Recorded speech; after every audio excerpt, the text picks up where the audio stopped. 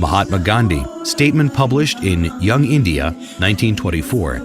I wanted to know the best of the life of one who holds today an undisputed sway over the hearts of millions of mankind. I became more than ever convinced that it was not the sword that won a place for Islam in those days in the scheme of life. It was the rigid simplicity, the utter self-effacement of the Prophet, the scrupulous regard for pledges, his intense devotion to his friends and followers, his intrepidity, his fearlessness, his absolute trust in God and in his own mission.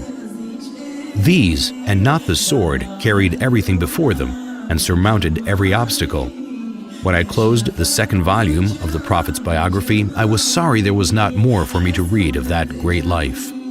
Sir George Bernard Shaw, in The Genuine Islam, Volume 1, Number 8, 1936. If any religion had the chance of ruling over England, nay, Europe, within the next 100 years, it could be Islam. I have always held the religion of Muhammad in high estimation because of its wonderful vitality.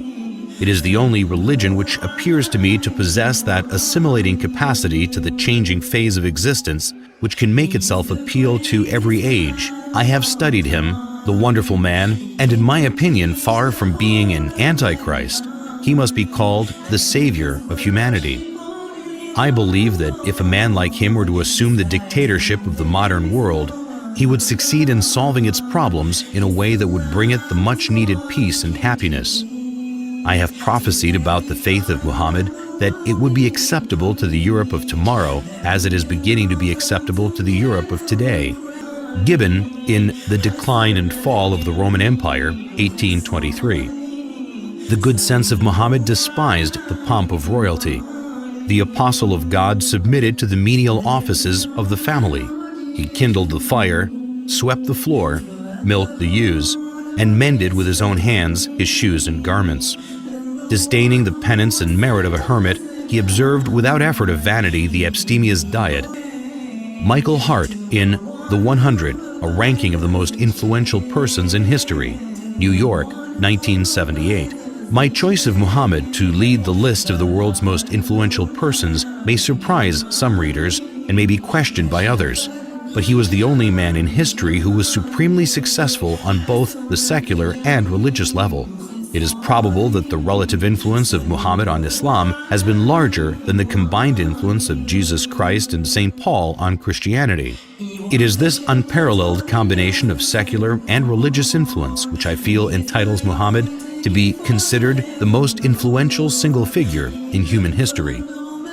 W. Montgomery Watt, in Muhammad at Mecca, Oxford, 1953. His readiness to undergo persecution for his beliefs, the high moral character of the men who believed in him and looked up to him as a leader, and the greatness of his ultimate achievement all argue his fundamental integrity. To suppose Muhammad an impostor raises more problems than it solves. Moreover, none of the great figures of history is so poorly appreciated in the West as Muhammad. Thus, not merely must we credit Muhammad with essential honesty and integrity of purpose, if we are to understand him at all.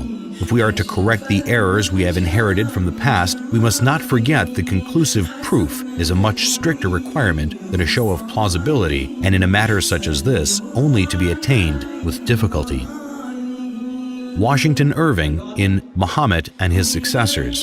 He was sober and abstemious in his diet and a rigorous observer of fasts. He indulged in no magnificence of apparel, the ostentation of a petty mind, neither was his simplicity in dress affected, but a result of real disregard for distinction from so trivial a source. In his private dealings he was just. He treated friends and strangers, the rich and poor, the powerful and weak, with equity, and was beloved by the common people for the affability with which he received them and listened to their complaints. His military triumphs awakened no pride nor vainglory, as they would have done had they been effected for selfish purposes. In the time of his greatest power, he maintained the same simplicity of manners and appearance as in the days of his adversity. So far from affecting a regal state, he was displeased if, on entering a room, any unusual testimonials of respect were shown to him. If he aimed at a universal dominion, it was the dominion of faith. As to the temporal rule which grew up in his hands, as he used it without ostentation, so he took no step to perpetuate it in his family. Thomas Carlyle, in Heroes and Hero Worship and the Heroic in History. The lies which well-meaning zeal has heaped round this man are disgraceful to ourselves only. A silent, great soul, one of that who cannot but be earnest. He was to kindle the world. The world's maker had ordered so.